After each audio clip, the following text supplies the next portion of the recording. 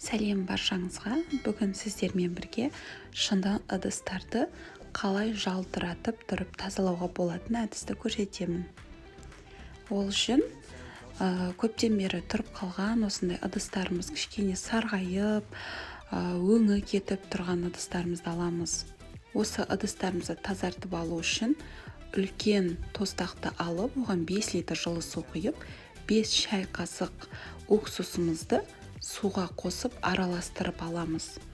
Одан кейін осы судың үстіне бағанағы шыны ыдыстарымыздың барлығын салып шығамыз. Және де су тимей қалған жерлерін уақыт өте айналдырып отыруға болады.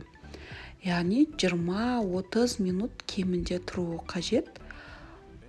Осылай суда біраз уақыт 20-30 минут тұрғаннан кейін ыдыстарымызды алып, губкамызбен жайлап сүртіп шығамыз.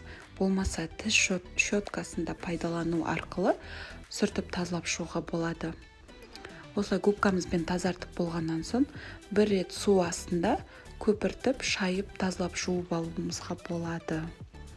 Осылай өте тез ыдыстарымыз жалтырап шыға келеді.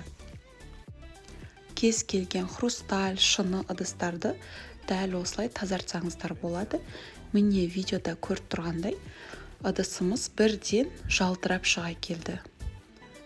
Сіздер де өз ыдыстарыңызды осы әдіс арқылы тазалап шықсаңыздар болады. Видеоны көргендеріңізге рахмет. Тағы да пайдалы видеолар жіберіп алмас үшін менің каналыма тіркелуді ұмытпаңыздар.